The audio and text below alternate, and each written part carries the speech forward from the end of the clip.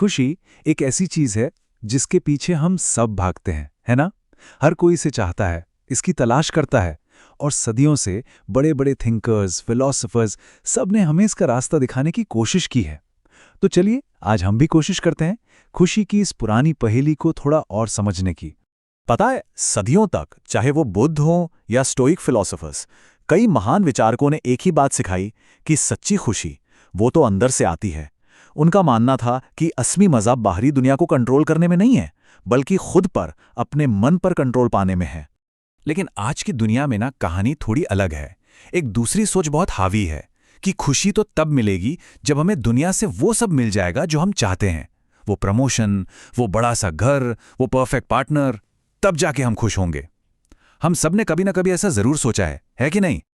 पर क्या हो अगर खुशी के ये दोनों ही नक्शे, मतलब अंदर की खोज और बाहर की दौड़, दोनों ही अधूरे हों? क्या हो अगर असली जवाब इन दोनों के बीच में कहीं छिपा हो? चलिए मिलकर उस छिपे हुए रास्ते को खोजने की कोशिश करते हैं। तो ये जो आइडिया है ना कि सब कुछ पा लेना ही खुशी है, चलो इसको थोड़ा टेस्ट करते हैं। इसके लिए हम पुराने टेस्टामेंट की एक कहानी में चलते हैं। मिलते हैं एक ऐसे राजा से जिसके पास, कहते हैं, दुनिया की हर खुशी थी, या कम से कम देखने में तो ऐसा ही लगता था। जरा सोचिए, राजा सोलोमन, जिसके पास बेहिसाब दौलत थी, इतनी ताकत थी जिसकी कोई हद नहीं, और हर तरह का ऐशो आराम। उन्होंने ऐसे ऐसे महल बनाए जो मानो स्वर्ग को टक्कर देते थे। सोने चांदी के तो ढेर लगा दिए थे। मतलब बाहर से देखने में तो यही लगता था कि भाई इन्होंने तो खुशी का हर लेवल पार कर लिया है। लेकिन इतनी सक्सेस के बाद उनका फाइनल कंक्लूजन क्या था जानते हैं? गहरी निराशा। उन्हें यह एहसास हुआ कि अपने सारे गोल्स अचीव करने के बाद भी, सब कुछ हासिल करने के बाद भी, वो जो एक परमानेंट सेटिस्फैक्शन होता है ना, वो मिला ही नहीं। ये सब उन्हें एक बेकार की भागदौड़ जैसा लगा, जैसे हवा को मुट्ठी में पकड़ने की कोशिश कर रहे हों। सब कुछ था पर हाथ फिर भी खाली थे। तो सवाल ये उठता है कि सोलोमन की खोज आखिर नाकाम क्यों हुई? इसका जवाब हमें मिलता है हजारों साल बाद, आज की साइकोलॉजी की दुनिया में। साइंटिस्ट ने कुछ बड़े दिलचस्प कारण खोजे हैं जो ये बताते हैं कि सिर्फ बाहरी चीजों के पीछे भागते रहना हमें आखिर में खालीपन की तरफ क्यों ले जाता है। ये एक दिलचस्प बात है कि असली मजा या खुशी जो है ना, वो मंजिल पाने में उतनी नहीं है जितनी उस तक पहुंचने की कोशिश में है, उस सफर में है। जब हम कोई बड़ा गोल अचीव कर लेते हैं तो वो खुशी अक्सर बहुत थोड़ी देर के लिए होती है, और फिर वही सवाल मन में आता है, ठीक है, अब आगे क्या? अच्छा, अब एक बात बताता हूं जो शायद आपको हैरान कर देगी। रिसर्च बताती है कि चाहे किसी की लॉटरी लग जाए या कोई एक भयानक एक्सीडेंट का शिकार हो जाए, 1 साल के अंदर अंदर दोनों ही ग्रुप्स के लोग अपनी खुशी के पुराने लेवल के आसपास वापस आ जाते हैं। यकीन होता है ना कमाल की बात? हमारी इस कमाल की एबिलिटी के पीछे एक साइकोलॉजिकल प्रिंसिपल काम करता है जिसे कहते हैं एडेप्टेशन प्रिंसिपल। सीधा सा मतलब है कि हम हर चीज के आदी हो जाते हैं। कुछ अच्छा होता है तो हमारी उम्मीदें और बढ़ जाती हैं, और बहुत जल्द वो नई अच्छी सिचुएशन भी हमें नॉर्मल लगने लगती है, और नतीजा, हमारी खुशी का लेवल वो घूम फिर कर वहीं आ जाता है। और यहीं से एक बहुत पावरफुल मेटाफर निकल कर आता है, हेडोनिक ट्रेडमिल। इसको ऐसे समझिए कि आप एक ट्रेडमिल पर दौड़ रहे हैं।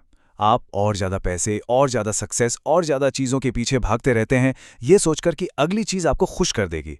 पर होता क्या है? आप बस दौड़ते रहते हैं और आपकी खुशी का लेवल वो मोटा मोटी एक ही जगह पर रहता है। तो अगर सिर्फ बाहर की सक्सेस के पीछे भागना एक ट्रेडमिल पर दौड़ने जैसा है, तो क्या इससे उतरने का कोई रास्ता है? गुड न्यूज़ ये है कि हाँ, बिल्कुल है। और ये रास्ता हमें दिखाती है पॉजिटिव साइकोलॉजी की फील्ड, जो हमें खुशी का एक नया, एक बेहतर फॉर्मूला देती है। तो सवाल फिर वही है, क्या हम इस ट्रेडमिल पर हमेशा के लिए फंस गए हैं? क्या हमारी खुशी सिर्फ हमारी किस्मत या हमारे जीन्स पर डिपेंड करती है, या फिर क्या हम अपनी खुशी के ड्राइवर खुद बन सकते हैं? इसका जवाब इस फॉर्मूले में छिपा है। देखिए, एच है आपकी ओवरऑल हैप्पीनेस। ये 3 चीजों से बनती है। पहला एस यानी आपका बायोलॉजिकल सेट पॉइंट, ये समझिए आपकी खुशी की एक तरह की जेनेटिक बेसलाइन है। फिर आता है सी यानी आपके जीवन के हालात, जैसे आप कहाँ रहते हैं, आपका काम कैसा है, आपके रिश्ते कैसे हैं। और आखिर में है वी यानी वॉलंटरी एक्टिविटीज, वो चीजें जो आप अपनी मर्जी से रोज करना चुनते हैं, जैसे कोई हॉबी या दोस्तों से मिलना। और जानते हैं, असली जादू यहीं पर है। हम अपने जीन्स यानी एस को तो नहीं बदल सकते, लेकिन हमारे जीवन के हालात यानी सी और हमारी रोज की एक्टिविटीज यानी वी, इन पर हमारा काफी हद तक कंट्रोल है और यहीं से हम अपनी खुशी को बढ़ाने का काम शुरू कर सकते हैं। अब जब हम इन वॉलंटरी एक्टिविटीज यानी वी की बात करते हैं तो दो तरह की चीजें होती हैं, एक है प्लेजर और दूसरा ग्रेटिफिकेशन।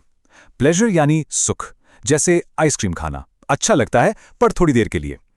लेकिन ग्रेटिफिकेशन यानी संतुष्टि उन एक्टिविटीज से मिलती है जो हमें फ्लो स्टेट में ले जाती हैं। कभी ऐसा हुआ है कि किसी काम में इतने डूब गए कि समय का पता ही नहीं चला? बस वही फ्लो है। और हमारे हालात यानी सी का क्या? यहां भी रिसर्च बहुत क्लियर है। एक्सपीरियंसेस पर पैसा खर्च करना, जैसे कहीं घूमना या दोस्तों के साथ डिनर पर जाना, हमें चीजें खरीदने से कई ज्यादा लंबी खुशी देता है। क्यों? सीधी सी बात है, एक नई कार कुछ समय बाद पुरानी लगने लगती है, लेकिन एक यादगार ट्रिप की कहानियां और यादें जिंदगी भर साथ रहती हैं। चलिए इसी आइडिया को एक छोटे से थॉट एक्सपेरिमेंट से समझते हैं। मैं एक सवाल पूछता हूं और जरा सोचकर बताइएगा।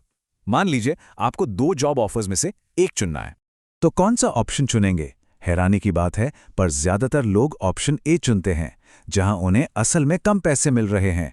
ये एक क्लासिक एग्जाम्पल है कि हम कैसे दूसरों से खुद को कंपेयर करने के जाल में फंस जाते हैं। ज्यादा पैसे कमाने की खुशी से ज्यादा हमें दूसरों से बेहतर होने का एहसास ज्यादा मायने रखने लगता है, और यही सोच हमें असली खुशी से दूर कर देती है।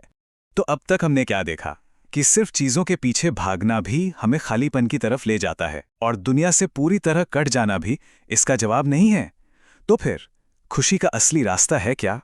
देखिए, मेन आइडिया ये है कि खुशी एक तरह से यिन यांग की तरह है, एक बैलेंस है। हमें अंदर काम करने की ज़रूरत है, अपने विचारों को, अपनी सोच को मैनेज करने की, लेकिन साथ ही हमें बाहरी दुनिया में सही चीज़ों के लिए मेहनत करने की भी ज़रूरत है। मतलब मेडिटेशन और शांति भी ज़रूरी है, और दुनिया में बाहर निकलकर अपने पैशन को फॉलो करना और मीनिंगफुल रिश्ते बनाना भी उतना ही ज़रूरी है। आसान शब्दों में कहें तो असली जिंदगी किनारे पर बैठकर तमाशा देखने का नाम नहीं है, बल्कि मैदान में उतरकर खेलने का नाम है। खुशी डरकर सहमकर जीने में नहीं है, बल्कि पूरे जुनून के साथ जीने में है। तो आखिर में बस एक सवाल के साथ इसे खत्म करते हैं। जरा अपनी जिंदगी को देखिए, कहाँ पे आपको चीजों को थोड़ा जाने देने की, थोड़ी अटैचमेंट कम करने की जरूरत है, और कहाँ पे आपको सही तरह के हालात और संतुष्टि के लिए और ज्यादा जुनून से जुड़ने की जरूरत है। याद रखिए, खुशी कोई डेस्टिनेशन नहीं है, ये एक सफर है, और शायद इसी बैलेंस को साधने की कला का नाम ही असली खुशी है।